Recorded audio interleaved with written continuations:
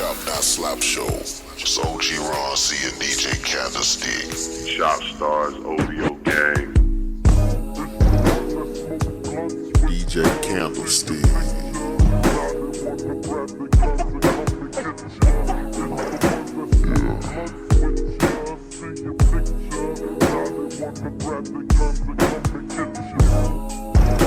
One time for the homie DJ School.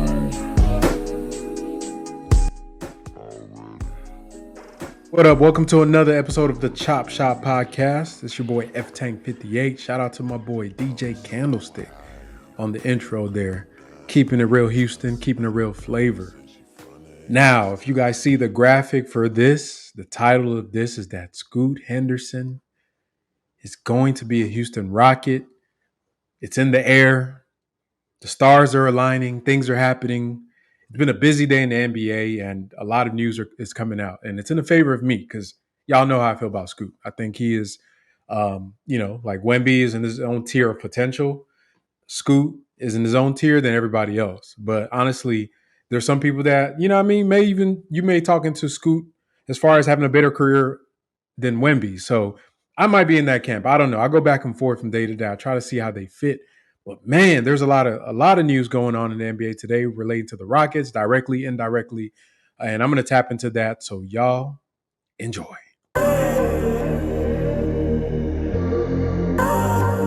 So the first bit of news coming across the wire. Houston's very own James Harden is said to be torn about his decision to leave Philly or come back to Houston.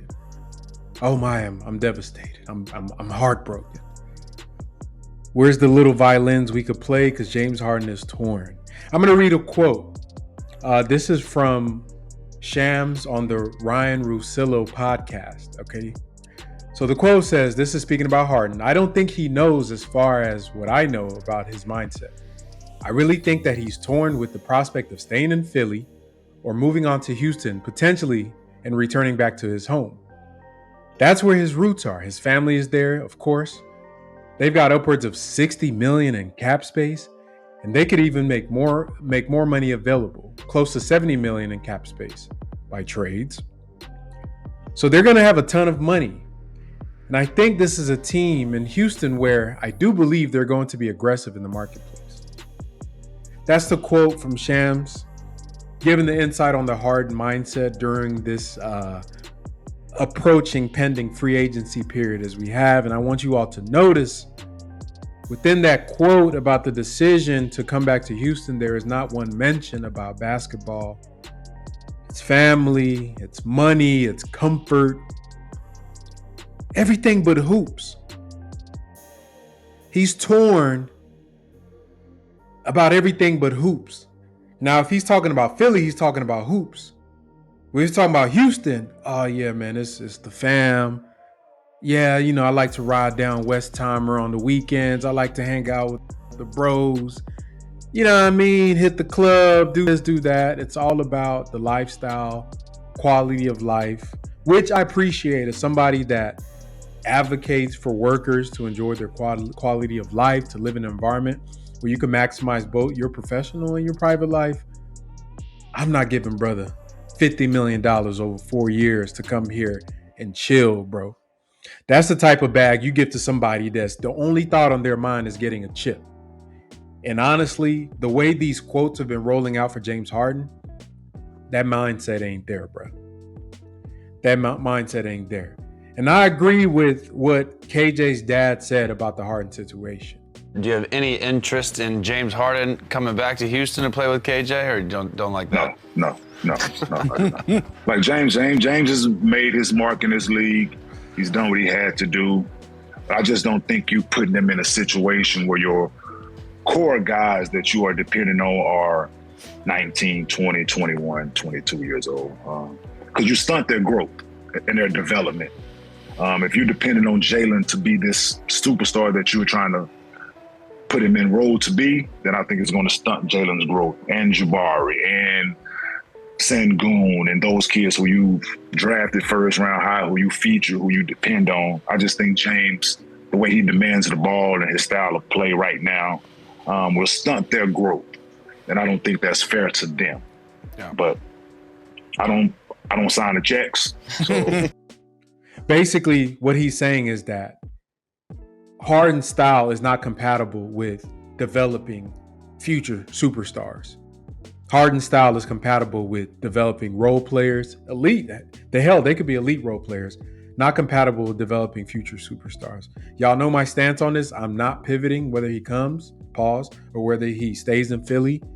I'm not pivoting off of that. I'm staying with my stance there because honestly, I just don't think that he is coming for the right reasons. Like, he's not coming here to Houston to try to win a ring, bro. He's not here even to say that, hey, my whole thing is just basketball. I'm here to help the team in any way I can. Y'all seen the earlier releases. It was, I want to play my way. I want to, have the freedom to play the same way that I play. I want to do this. I want to do that. That doesn't reconcile with, to me, what should be long-term game for the plan. And I love the fact that the Houston Rockets actually grew a pair and actually pushed back a little bit, saying that there might not be just 100% excitement about the organizations to throw the full bag at Harden. So kudos to them, man. Good job. This whole situation, like, I put a tweet out that said that the Rockets aren't simps anymore. And y'all don't know what a simp is. Like, you probably had a friend in school. Some of y'all are still in school that maybe he liked the girl and the girl didn't like him back, or it was his girl. She cheated on him, did him wrong, embarrassed him in front of everybody, but he keeps going back. He keeps going back. Them played him. He keeps going back.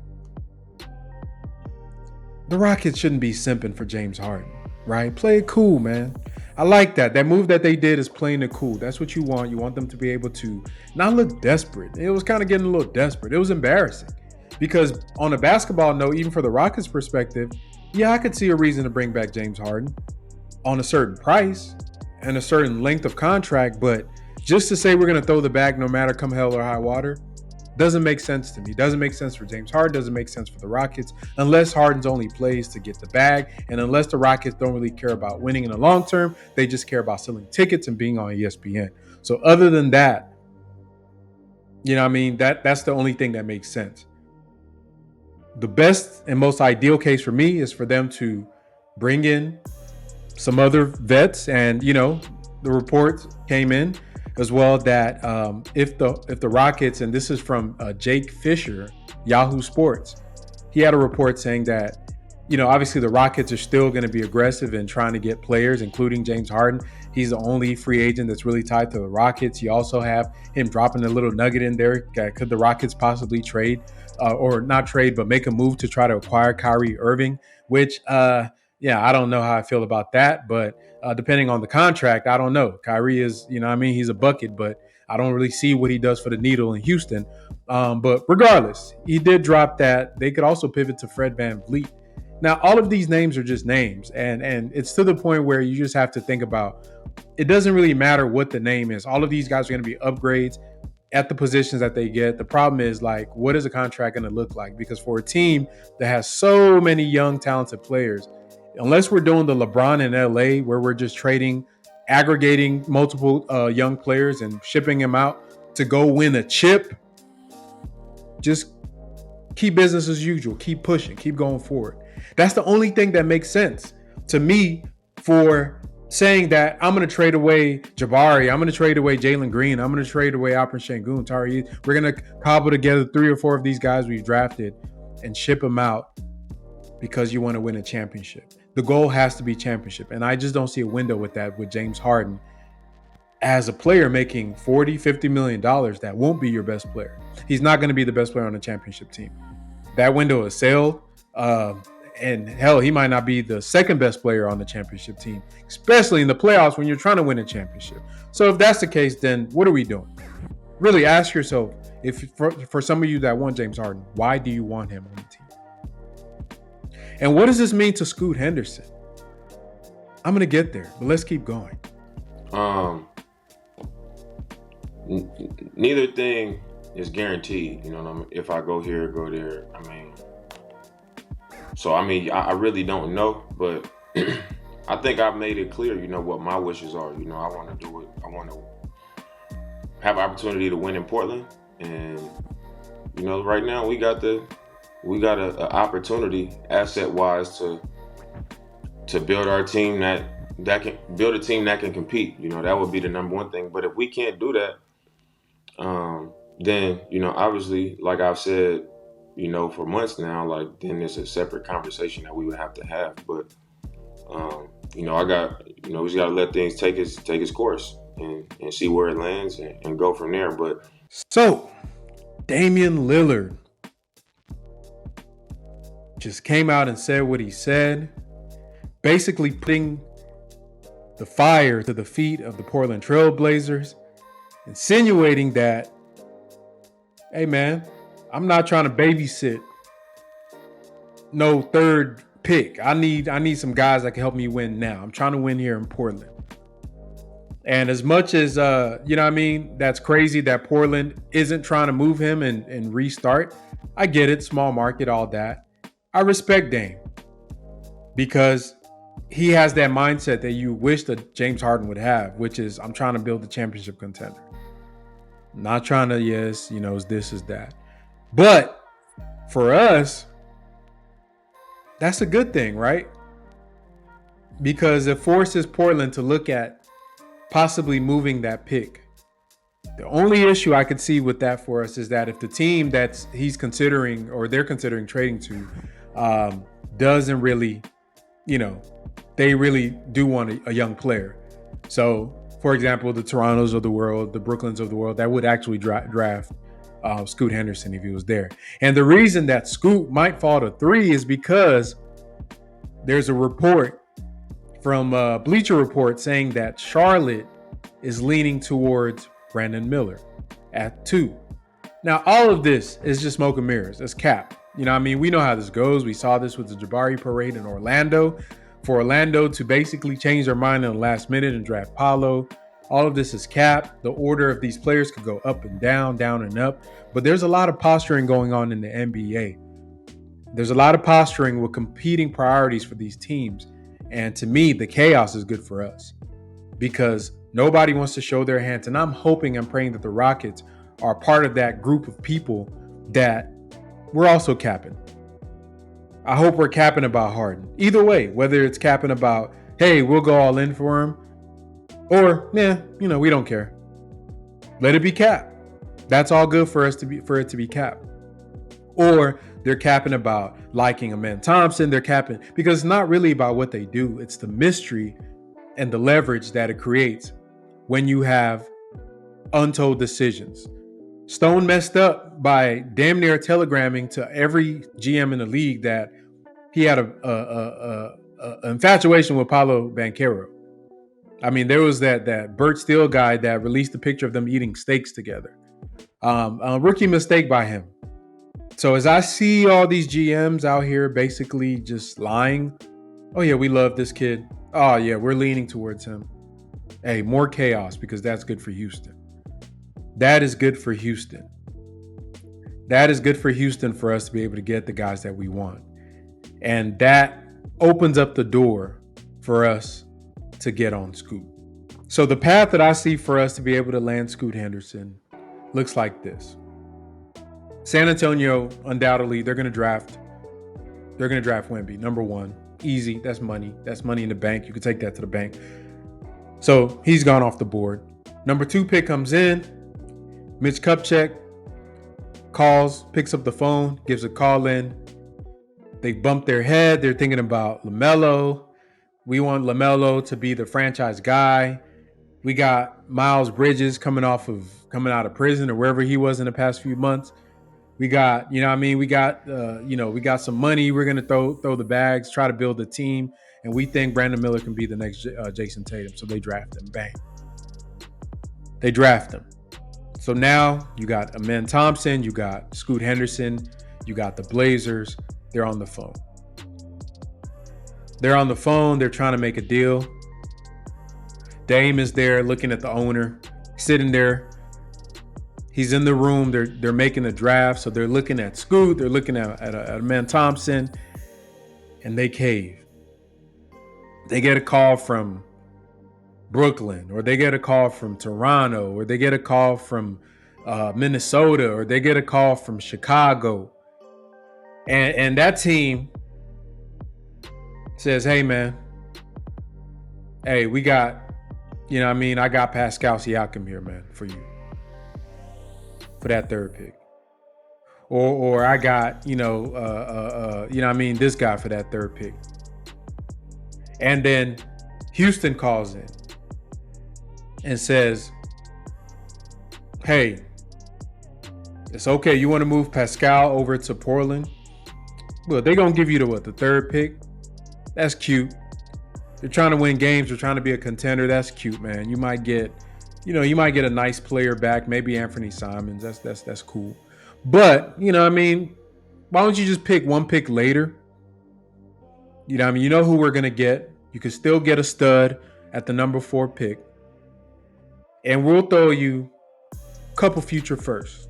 You get the number 4 pick. We'll give you a 2025 first round pick from Brooklyn, 24 swap. So that's 3 first round picks essentially.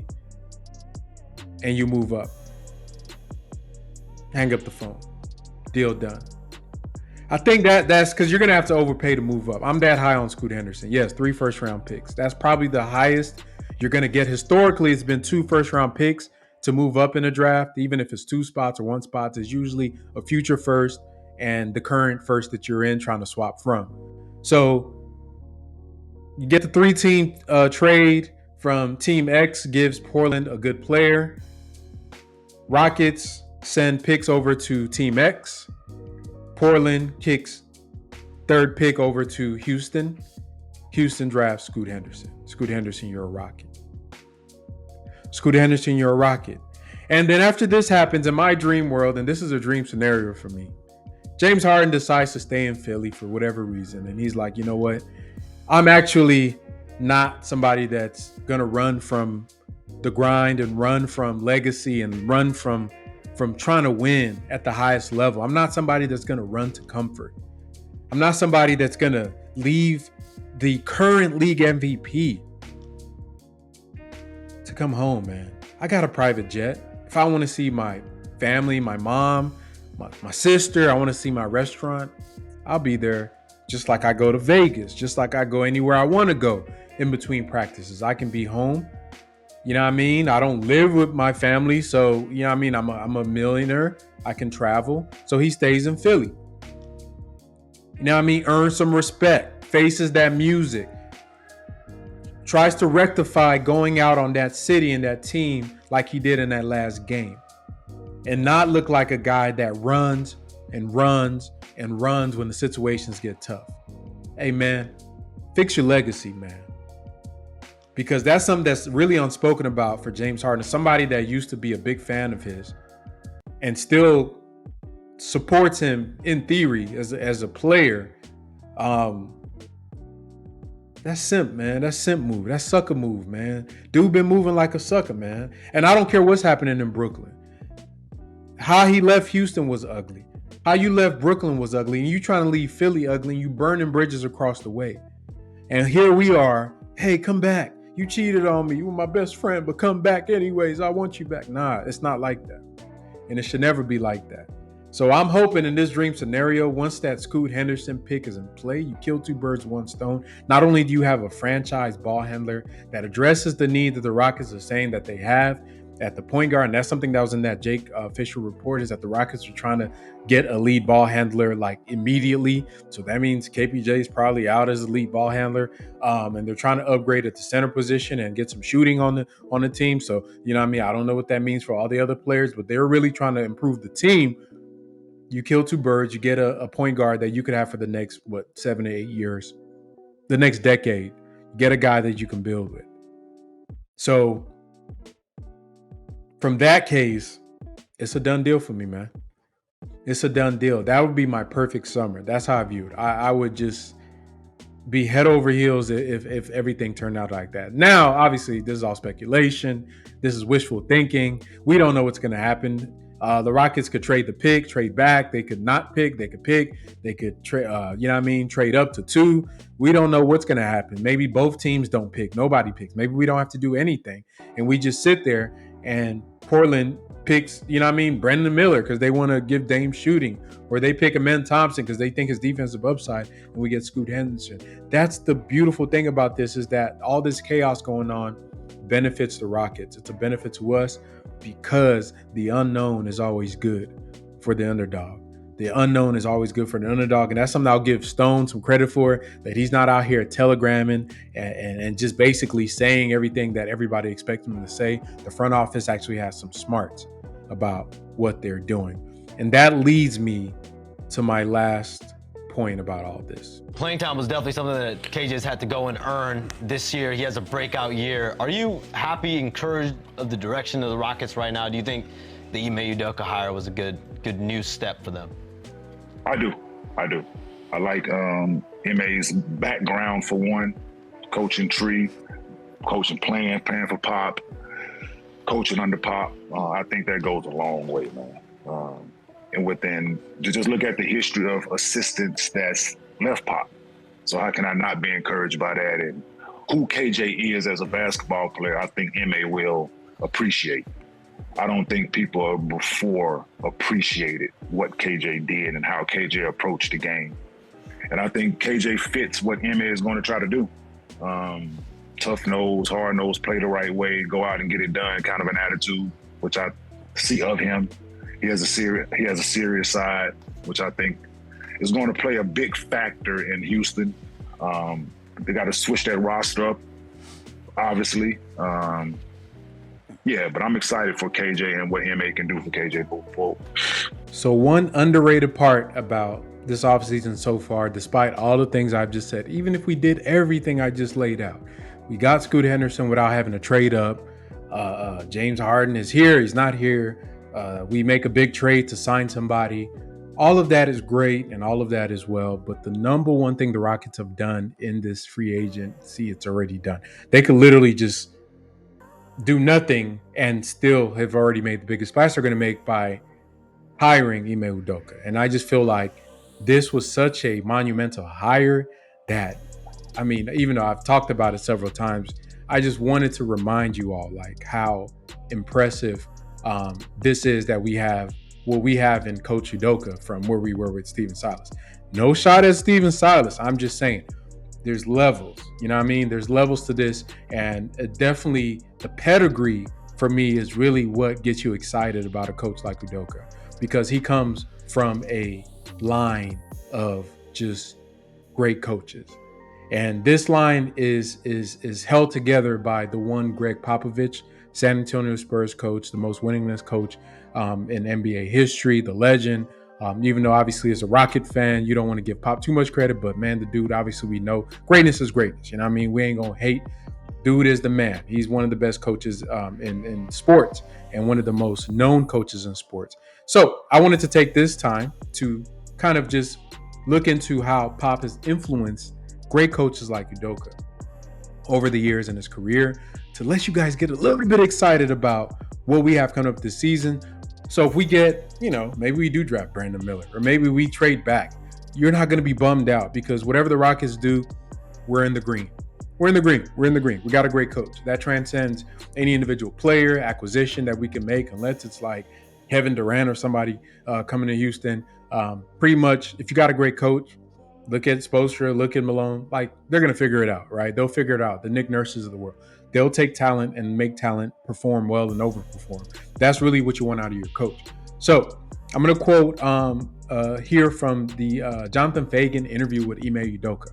And here's the question that Jonathan asked him, saying, how do you set up your staff? That's my Jonathan voice. Do you have a guy that coaches the defense and a guy who runs the offense? And here's Coach Udoka's response. He said, I don't use an offensive coordinator. That's my Ime voice. Defensive coordinator thing. So he doesn't use the offensive coordinator, defensive coordinator thing. He says, the way I learned and what helped me become a more well-rounded coach. Excuse me, ad pop up. The way I learned and what helped me become a more well-rounded coach is to do a little bit of everything. This is the way I learned for 7 years under Pop. We have guys who scout opposing teams. We have a game plan for how we're going to defend these guys and what offensive concepts might work against them. I think it helps coaches grow, which I'm big on. So he's big on internal development. He's big on professional development for his coaches, which is great because everybody gets the chance to be the leader, gets a chance to be in that seat of a head coach. And this is Pop's philosophy. He goes on to say, for me, I like to hear different voices. I want the players to hear different voices, not just the same guy talking about defense. I think it works for the team. Pop is well-rounded, and he wanted us to be focused on everything: player development, relationships, offense, defense, game plans, everything. Bars. Like, just breaking that down, just think about that conceptually for what he's really saying there. Pop is, if you guys don't know, they actually run a coaching development camp out of San Antonio. I don't know if they're still doing it, but I know they did it for years, where a lot of coaches would go there and learn from some of the best. They would gather up together and learn from under Pop, and he's mentored indirectly probably hundreds of coaches in basketball, college and high school and the pros and overseas. But I just want you to hear what he's saying there. Like, Popovich's philosophy on developing coaches is that he wants to treat them as the future leaders and great coaches they're going to be. Now, we've heard about, the Mike D'Antoni, like when we had MDA and Bzdelik. It was like Bzdelik was a defensive coach because MDA wasn't great on defense. I remember the joke with I don't know if it was Stephen A. Smith or what's his face that used to say that it's Mike Antoni. I think that was Skip because there's no D in D'Antoni, right? So pause. But you know what I mean? So just thinking about that, like that kind of binary, the coaches here that does offense, coaches that does defense. I mean, it's good and you could win at that level to some extent, but to have that well-rounded mind as a head coach, because you're the guy that's going to make the big decision. I want a guy that can lend his expertise at every level of the game, not just offense or defense. And Udoka really is saying that the way Popovich views developing these coaches to make them well-rounded, you're going to scout. You're going to be a guy that can hold guys accountable, Stephen Silas. You're going to be a guy that can develop players like a John Lucas. You can be a guy that can have relationships like a John Lucas. You can run the offense like Mike D'Antoni. You can run the defense like Bzdelik. You can come up with the schemes and the game plans like the X and O's guys across the NBA. You're supposed to be able to do everything as a head coach and guide those guys under you to really develop more. And this is where Ime is coming from with it. And to me, this is the reason why the Popovich tree guys and the pop tree is a thing. And I posted a post on our Chop Shop post, just kind of going over what the pop tree is. So I'm going to go over just some of that tree, just so you guys can see what I mean by when I say pop tree. So obviously we're going to start off with our own Ime Udoka. So Ime, pop tree guy. Lucky we got him. He's here with us. You know what I mean? His connection to Gregg Popovich, he played under him 2008, 9, and 11. And he was an assistant coach from 2012 to 2019, so 7 years under him. And one of those years in 2014, he won a championship. He also coached and won gold with Team USA with Popovich under him as an assistant for Team USA, along with Steve Kerr, right? So he got to kind of work with them as well. And Ime in his first season as the Celtics has a 62% win percentage. Also took his team to the finals. Pop tree guy. So I want you guys to notice a theme of these coaches that come from the Popovich tree. Number two coach, Mike Budenholzer. NBA champion with the 2021 Bucks. He was connected to Pop through coaching with him from 96 to 2013. And then he went on to Atlanta, et cetera. Mike has a 60% win percentage as a head coach. Two-time coach of the year in 2015 and 2019.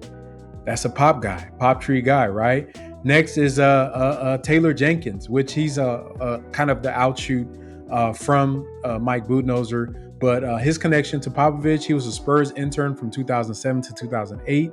Also, he coached on the Spurs G League team. I think they're like Austin Toros or something like that. And y'all don't blame me if I'm wrong. But he was their coach there. And obviously, the connections between the G League, D League back then, farm systems and the main teams from 2008 to 2013. And he was also a Hawks assistant coach under Mike Budenholzer from 2013 to 18. So he's almost like a grand grand coach. He's a grandkid coach for Gregg Popovich. And, since he's been on Memphis in the 4 years, they made the playoffs 3 out of those 4 years. And he's also a D-League champion with his time with the Spurs development team. Next coach, Mike Brown.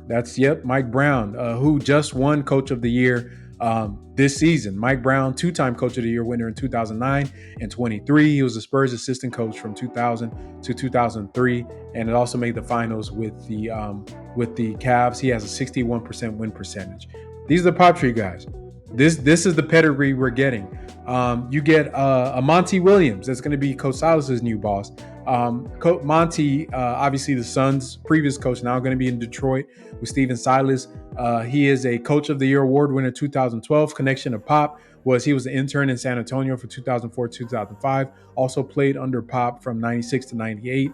That player aspect is not a small thing. If you hear these guys that played for him that become coaches, they say the relationship was building their how they view developing players, how they view interacting with players, how they view the game. X's and O's really starts when you're a player in San Antonio. And if you have a mind for coaching, he really does instill that early on. And these relationships, even though guys aren't directly coaching under him, he mentors a lot of these dudes. He mentors a lot of them. And Monty, if you watch some interviews, he really has high praises in the impact that Pop had for him as a coach. He was a 2012 Coach of the Year. Steve Kerr. Steve Kerr is basically Popovich's biggest fan. His connection to him, he was a Spurs player from 98 to 2003. He also coached with Pop on Team USA in 2020. They won a gold medal. And you know how those Team USA things go. You're coaching, meeting up every summer for years and years and years leading up to the actual Olympics. And so him and Pop have a very, very close relationship. He said Pop is one of the most influential people in his life. And you know what Steve's resume looks like: 66% win percentage, 4-time NBA champs, 5 finals appearances, Coach of the Year in 2016, 15 greatest coaches in NBA history. Steve Kerr out of the Popovich tree.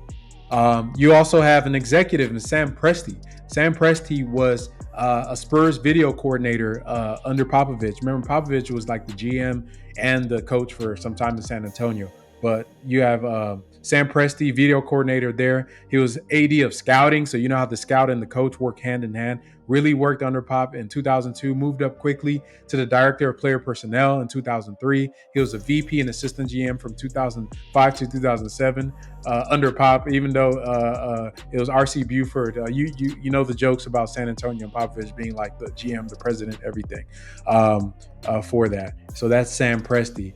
And you already know that he was also part of the 2003, 2005, and 2007 Spurs championship team, 3 rings in San Antonio. So he knows about how to get it done, and he's also attributed a lot to what Gregg Popovich has done for him. Then we have WNBA with Becky Hammon, who there was a time I kind of thought about Becky being one of our getting a chance, and I wouldn't have been mad if they hired her as the Rockets head coach.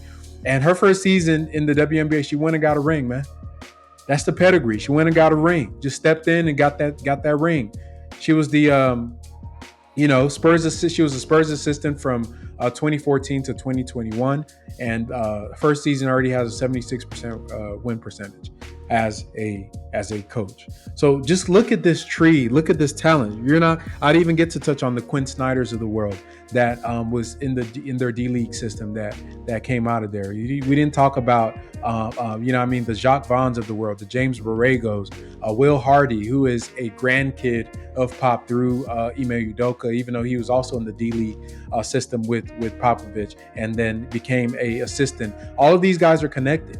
And the main connection they have is Gregg Popovich. And guess what, guys? We have one of those guys. And you know how you know he's the goods?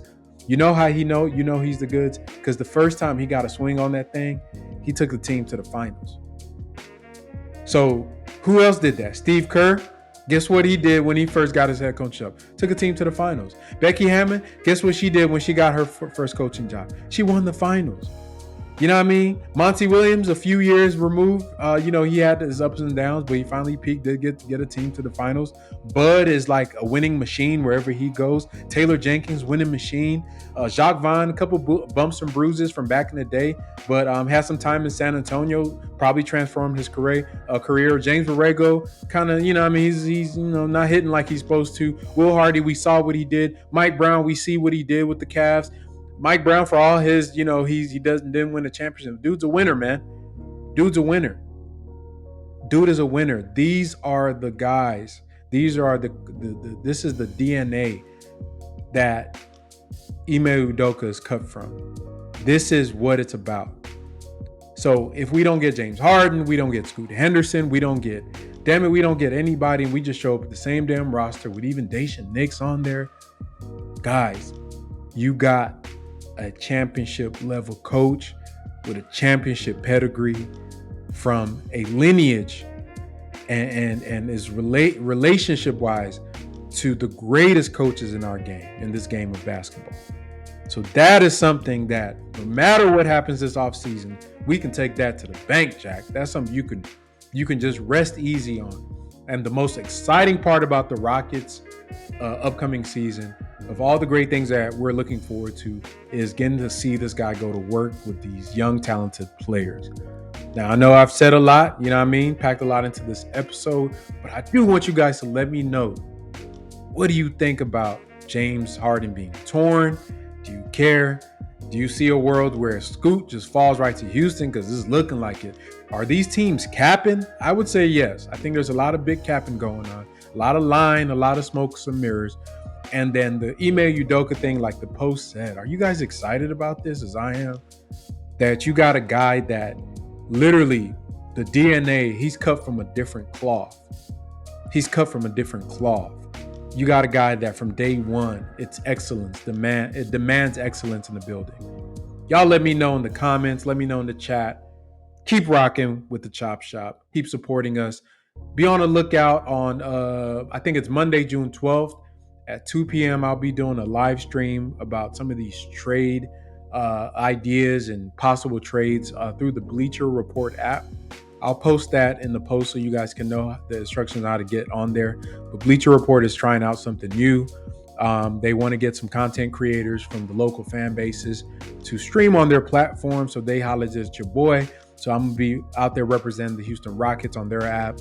Trend setting like the Chop Shop always does. So y'all tap in, support that. Keep rocking with us, and we're going to keep dropping that Fire.